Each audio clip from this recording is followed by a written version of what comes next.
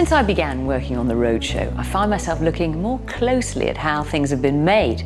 Just look at the workmanship on these 18th century mahogany and boxwood chairs, for example. Two of our best-known furniture men, John Bly and Christopher Payne, will be finding out exactly what's involved as they try to learn the tricks of the trade.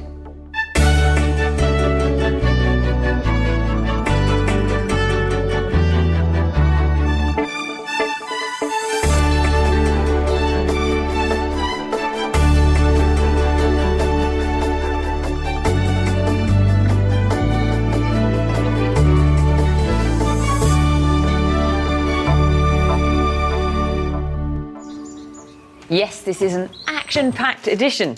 Our researchers have been busy mining for more nuggets from over 500 hours of our archives.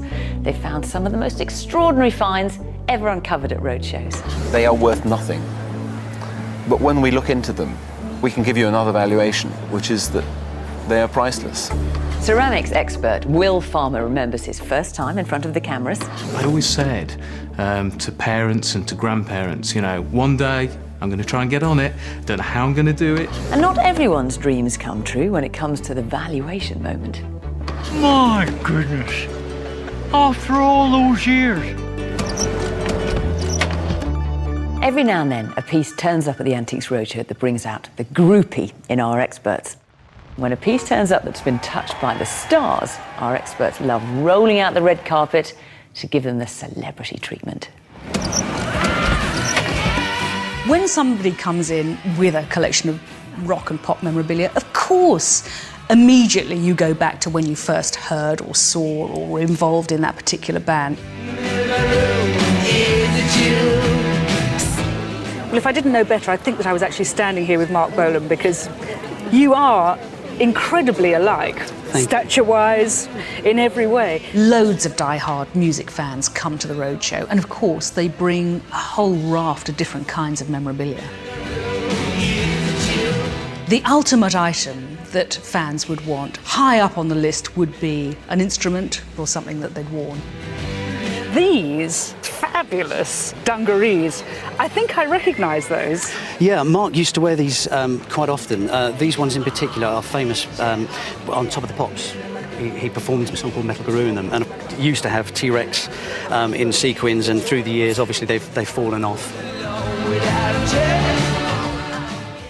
And what else have we got here? This looks pretty full on. Yeah, this is the original master of the 2-inch multitrack of 20th Century Boy, the only one in the world. May I lift the lid? Yeah, I mean, it's in acid-free paper, of course, Pretty good, eh? Yeah. It was a tricky moment when I had the box that held the tape. Should I unpack it? Should I not? I don't know, no, I won't take it out. The crowd around me were really egging me on. Oh, go on. You're egging me on. So, yeah, I unpacked it.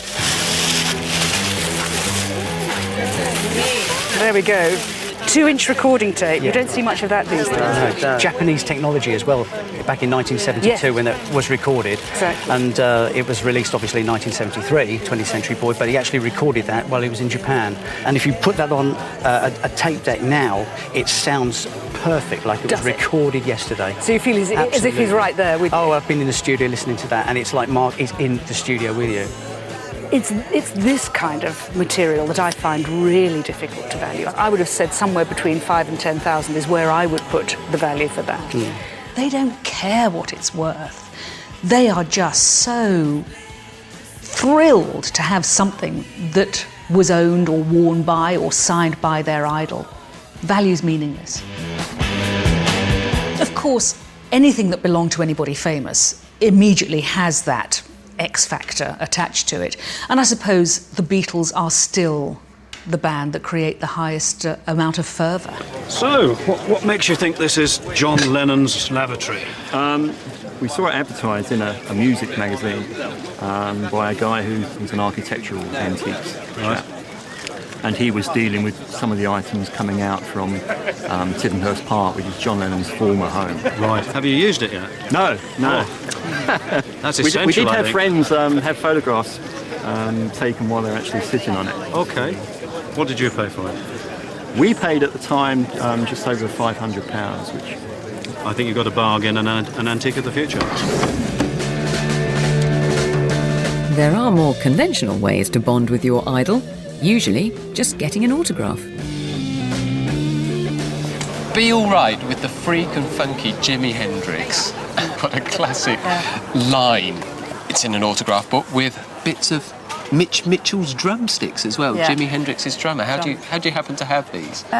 Well, we just went to see Jimmy. It was April 1967. And we were just waiting outside on the stage door, me and my friend. A bit of drama occurred because someone stole his guitar as it was being loaded onto the bus for them to go home. This person ran up the street. We ran up following Jimmy. You gave pursuit after Jimi Hendrix's guitar? As a kind of reward for helping, in inverted commas, to catch the man, Hendrix handed over this tiny ring. That's Jimi Hendrix's ring? Yes. So he gave you that? Yeah. Looks like something out of a Christmas cracker. I know. Look at it. When someone puts an object in front of you and says to you, well, this belonged to Jimi Hendrix, of course, you know, the first thing you are going to think is, right, this has got to be qualified. I've got to be sure that this is correct.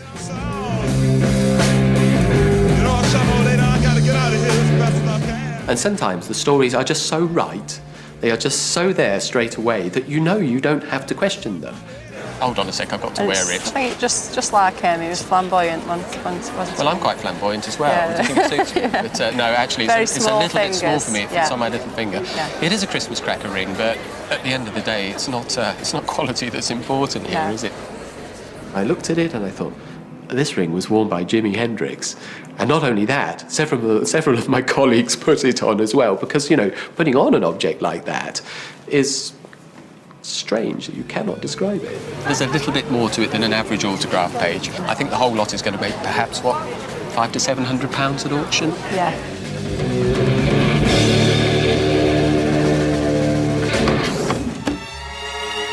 But there's one star that shines brighter than any other, and that's a Hollywood star. I bought it some years ago at a jewellery sale in a hotel in Scotland where my husband and I used to go quite a lot. It also belonged to a very beautiful woman, Ingrid Bergman, an actress who I admired. I've seen most of her films. Yes. Well, I think that one was particularly interesting for me because I did see Ingrid Bergman when I was very young in London and spoke to her for a short while where I work, and so it was particularly evocative to me, and I remember that meeting very well. But it's evocative to everybody because she was a luminously famous, beautiful creature, and my father was hopelessly in love with her, and she was a byword for grace and beauty. And this is a spectacularly tasteful brooch, isn't it? Do you wear it? Thank you. Yes, I do, to the right occasion. Yes. Not a lot. No. But I'm very proud to wear it, and I love wearing it. It was very, very impressive to me to find this thing. And perhaps when a diamond and pearl jewel of that nature that you know is worn by a very famous person, then it adds value enormously to it. What I would like to know, is there any way of finding out, is whether she ever wore it in a film, or is there a photograph of her wearing it? Well, I'm sure there probably will be a photograph of her wearing it, and that'd be very satisfying indeed, and it would help the value enormously. And I don't really hesitate from valuing that at something like £15,000 today. My word, it's quite a lot more than I paid for it. And I do love pearls. Well, pearls really and diamonds, do. it's a very subtle combination. Yes, I must say it suits you very well, and I'm so thrilled to see it. After that item went out, eagle-eyed viewers found a photo with Ingrid Bergman wearing just that brooch, which pinned down the celebrity provenance.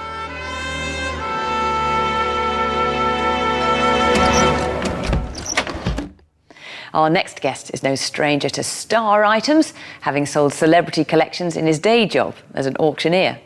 Will Farmer is one of our younger ceramic specialists, but we like to think he came of age when he first stepped in front of our cameras 4 years ago. A day he remembers well.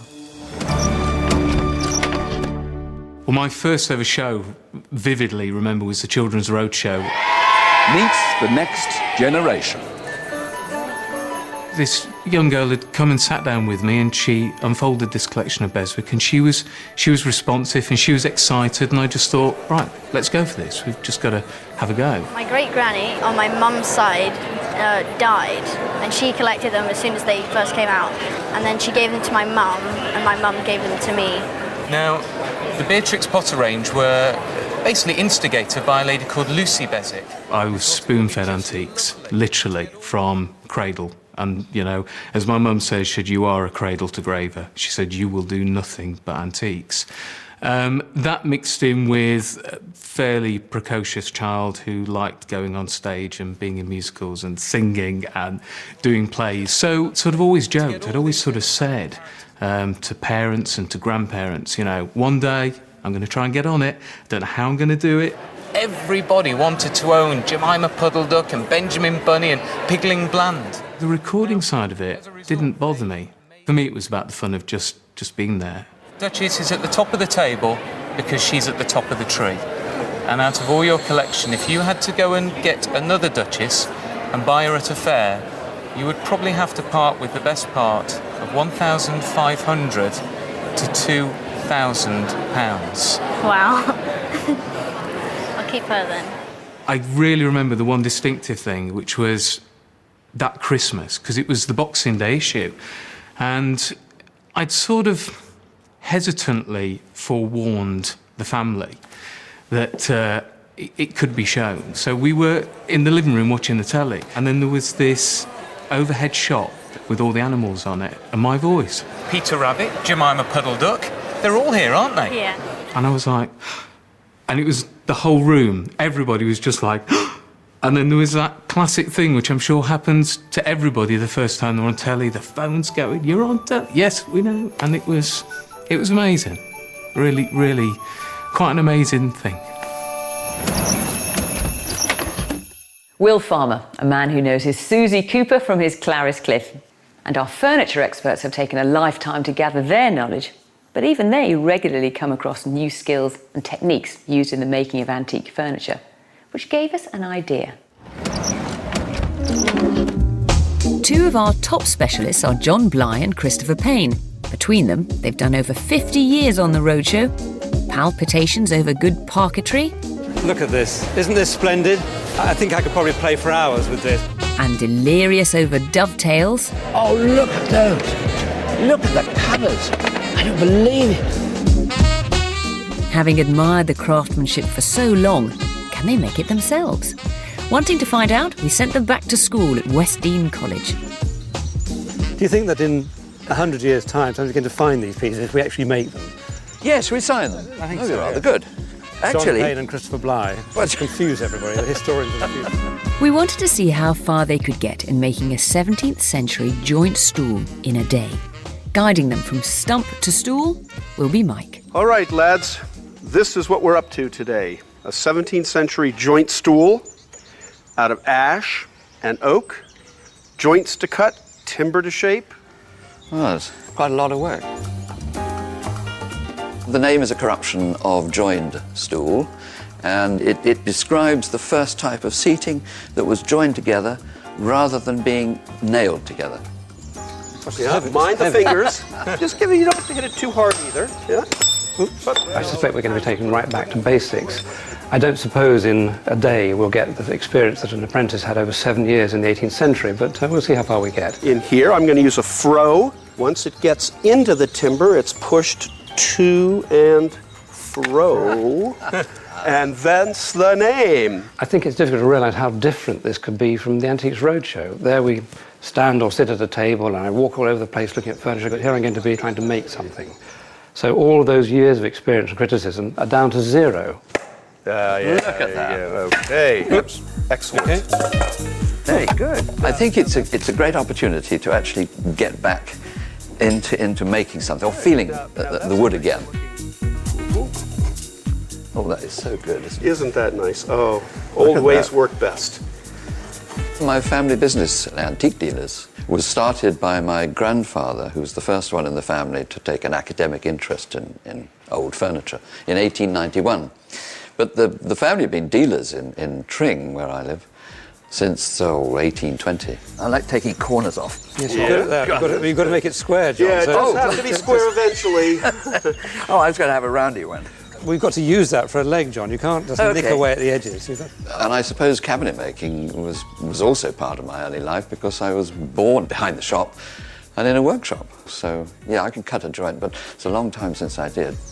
Well, we're just about there. That's just about square. We now would take this into the workshop to plane it a bit more, and then it's going to become a leg. Now we're going to be rough planing to start with. Right. Mine, John. No, it's bad. Yes, I stand back.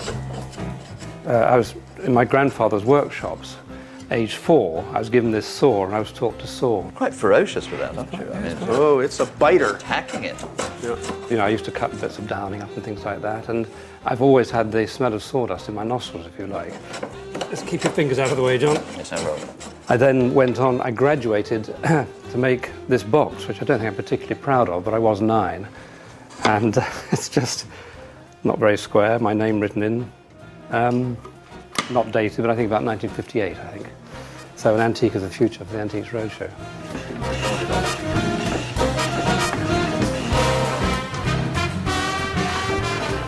No electric tools here. We wanted to make Chris and John's experience as close to a 17th century carpenter's as possible. I'll tell you one thing, John, it's hot work. When you see a mortise and tenon joint now, you'll have some respect for it, Christopher. It's much more difficult than I thought. There's nothing quite so beautiful and tactile as feeling a chisel go through across the grain on a piece of wood. You can feel the life in the trees. It's terrific. It's something indescribable until you do it. Then once you've done it, you want to do it again. John, I can see that we're going to be looking at furniture on the roadshow in future now with not quite a microscope, but a loop anyway, like the jewellery boys have. Yes, we might even turn up with a bag of tools.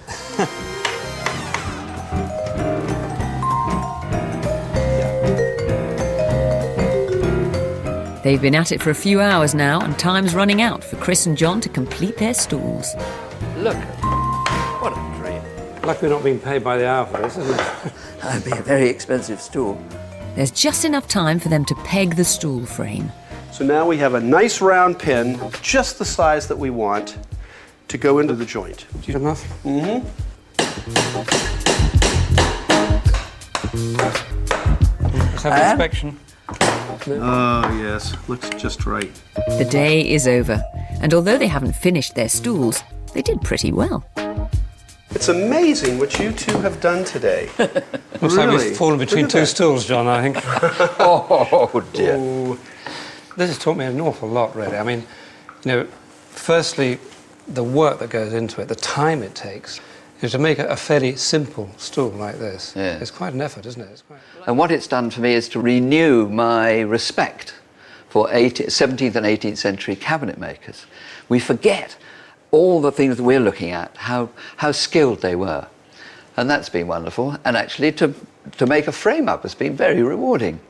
What's going to be such fun is when I'm next on an Antiques Roadshow with John, is we're going to be fighting for the joint stool to talk about it. We'll bore for England, but it's going to be great fun. And what a great day. John Bly and Christopher Payne on a steep learning curve. Every roadshow has at least one object that seems to stand out for our audience. And it's not always the object that's worth the most. Every now and then it's something that doesn't have much financial value, but has enormous emotional impact. Most people think the roadshow is all about high value, extreme rarity. But to me, these are just as interesting. I remember a lady at Swansea came and sat down at my table, and she brought out a carrier bag with all sorts of bits of ephemera, which is paperwork, in other words. And it related to a soldier who had gone missing in India at the beginning of the 20th century. And this is a relative of yours? Yes, it was my grandmother's brother. And he was a soldier during the First World War and was sent out to India, where he never came back from. But he wasn't killed in action, he just disappeared there. What do you mean disappeared? Well, from the letters and the things that have come back, it just seems he'd had enough and walked out one day. Good Lord, what, and never turned up? Never turned up. And with it was his diary. And it says, made great mistake, which means a lot. That's right. And clearly he'd done something terrible, and he absconded. He walked off, walked away, and they never heard or saw from him again. And that, to me, actually it brought a tear to my eye, I have to say. My grandmother spent a long time hoping that he'd turn up when the troop ships were coming back, because they lived just outside Swansea at that time. She'd go down to meet the troops. His sister stood at the dockside day after day after day as the ships came back with all the soldiers, hoping that he would be one of those coming down the gangplank, but he never did. He never returned. In the history of the world, it's an insignificant problem. But to the individual and to the family, it's one of the greatest tragedies that could ever happen.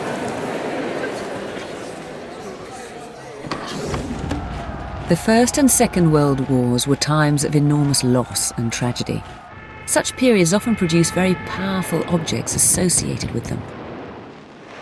What you've brought me here is a portfolio of lithos, of lithographic prints, by this artist, Henry Pieck, of views of Buchenwald, the concentration camp. The Buchenwald drawings were brought in by a young girl whose mother had found them in a charity shop. I mean, what a story.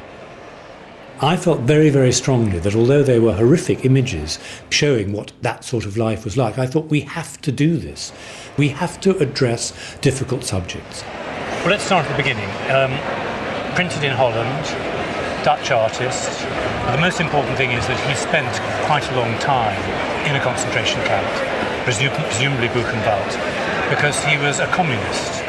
The Holocaust was not just about what was done to the Jews in the final solution. It was about communists, it was about people with mental difficulties, it was about gypsies, it was about a whole host of people who were unacceptable to the Third Reich.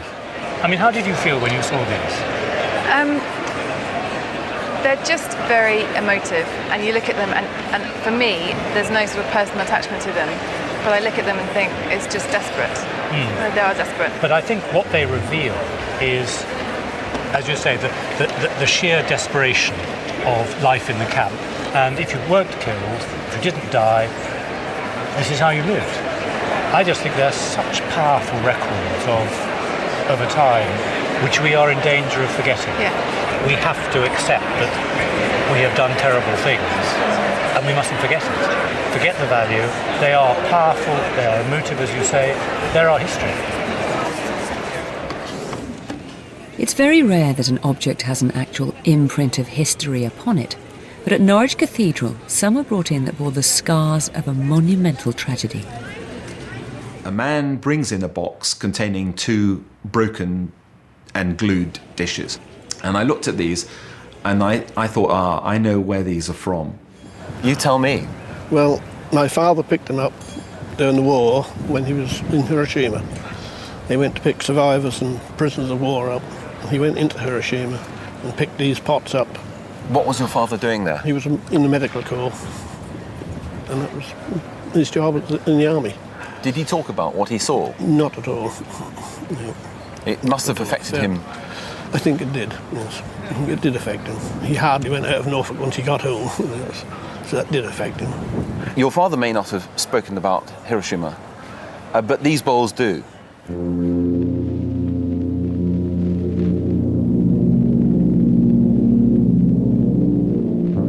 Picking up those bowls, you could feel your way back to 1945.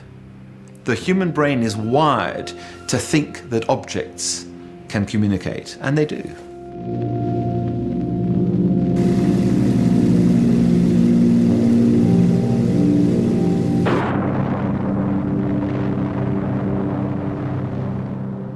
I can tell you that to get a glaze to run on a piece of porcelain, you've got to take the temperature up to 1300 and beyond, 1300 degrees centigrade. This little bowl, which was a very modest piece of Japanese porcelain, went through a second firing.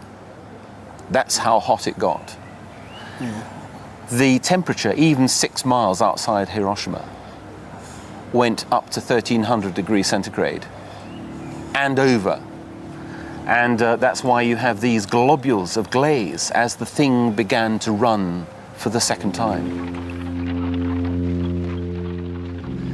We're looking at a little piece of fossilized history, which when you begin to look into it, tells you just how horrific a nuclear bomb going off is. That, for me, epitomizes the power of a modest object. Something we may just biff away, and you know the story behind it. So, when you bring two ordinary, destroyed, frankly ugly little broken pots, they are worth nothing. But when we look into them, we can give you another valuation, which is that they are priceless. Some memorable roadshow finds that speak more powerfully than mere money. Join us tomorrow when we try to answer the almost impossible question of what's been the most beautiful item ever seen at a roadshow. It was beautiful, it was subtle, it was well made, and I've never forgotten it. All these years, my mind will always go to that piece. And when is an antique not an antique? A question that's caused some controversy. It should not include basically the mass-produced junk that came out of the 20th century. I mean, there's no reason for that. Before we go, you may be thinking that everyone who attends a roadshow leaves with a pleasant tingle of excitement about their meeting with an expert. Sadly, it's not always the case. We turn the clock back to our visit to Mount Stewart in Northern Ireland as Tim Wonnacott is about to value this man's lifetime's treasure. From a ship's fitting, whether it's a cross-channel ferry or a liner or whatever, and people buy marine artefacts, and that's what this is. So the steward would fill the copper reservoir with water, you'd whiz open, wow, the wash hand basin, which would be filled by pressing this little nickel tap. You'd have your wash, and when you'd had your wash, whoosh, it disgorges the waste into a galvanized container on the back, and when that needs to be disgorged, you undo the bottom flap and take out this fellow. When it's full, you chuck it overboard.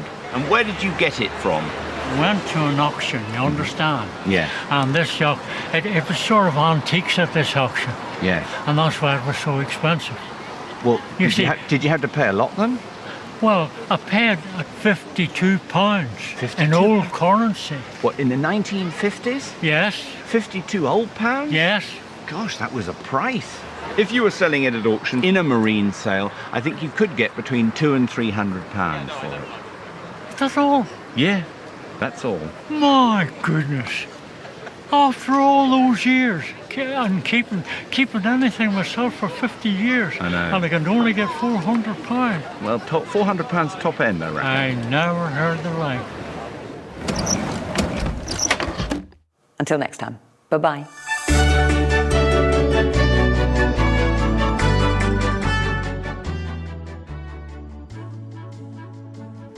On BBC One now. Here on 2, Britain's golden cycling team in action at the World Track Championships, and a freaky eater with a drink problem, addicted to Diet Cola on BBC 3.